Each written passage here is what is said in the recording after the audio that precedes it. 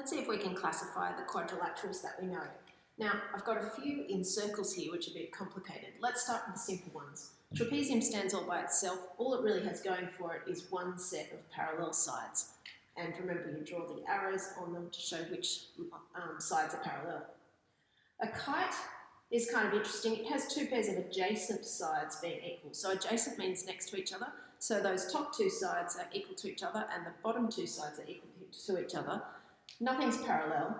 Now remember to put the little marks that I've done in black here, 1 mark or 2 marks to show what's equal sides.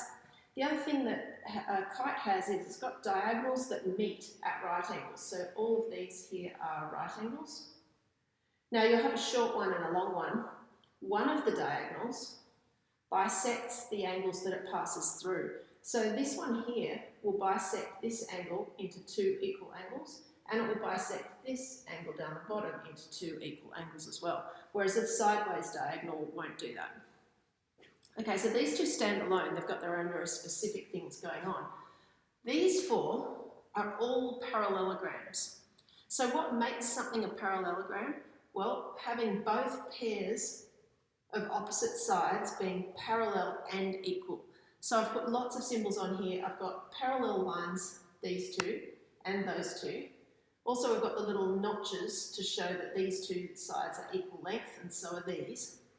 Also, the diagonals bisect each other. That means they cut each diagonal into equal size lengths. So I've put 4 little notches on this half and 4 on this half of the diagonal, and 3 here and 3 here. Now, you're going to probably have a short one and a long one, unless, of course, it's a special parallelogram. But the fact that they're still going to bisect each other means it's a parallelogram. So those are the features of all 4 of these shapes. Now, next we've got a rhombus and a rectangle. They've got different things going on, and a square is in the middle here because it's actually both a rhombus and a rectangle and a parallelogram. So it's a pretty special shape. So this is like a Venn diagram here. The square sits in, it's a square and it's a rectangle and it's a rhombus and it's a parallelogram. So what makes something a rhombus? Well, it has to be a parallelogram, so it has to have these features as a minimum. But its extra features are, it has a pair of adjacent sides equal. Now that's similar to what we said with the kite, sides that are beside each other. So I've put them in black here. If that side and that side are the same, and we already know in a parallelogram that opposite sides are the same, then this side, if it's equal to this one, must be equal actually to all of them.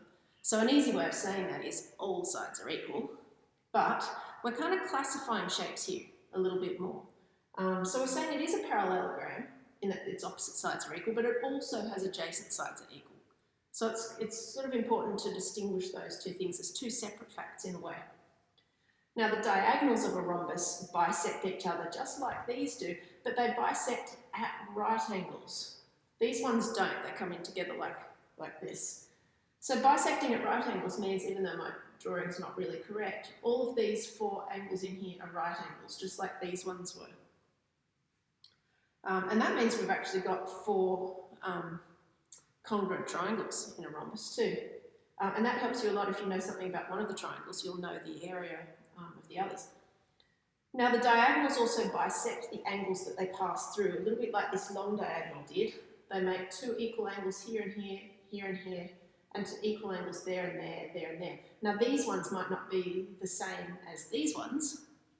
We're not saying that, but what we are saying is that it's bisecting the angles that they go through. Now a rectangle, it's got all the features of a parallelogram, but it has a right angle. Now if it has a right angle, you only really need to have one because it's going to end up having all 4 of its angles being right angles. And a rectangle has diagonals that bisect each other, but even more than that, the diagonals are equal. So a parallelogram might have a long one and a short one. The rectangle has 2 that are the same length. And they bisect each other as well, so exactly the same. They're equal and they bisect. Now a square's got all that going on. So it's got parallel opposite sides. It's got equal sides, so all sides equal. It's got 1 right angle, like a rectangle does. And its diagonals are going to do everything that both of these do. So the diagonals are going to be equal in length. They're going to meet at right angles. They're going to bisect each other.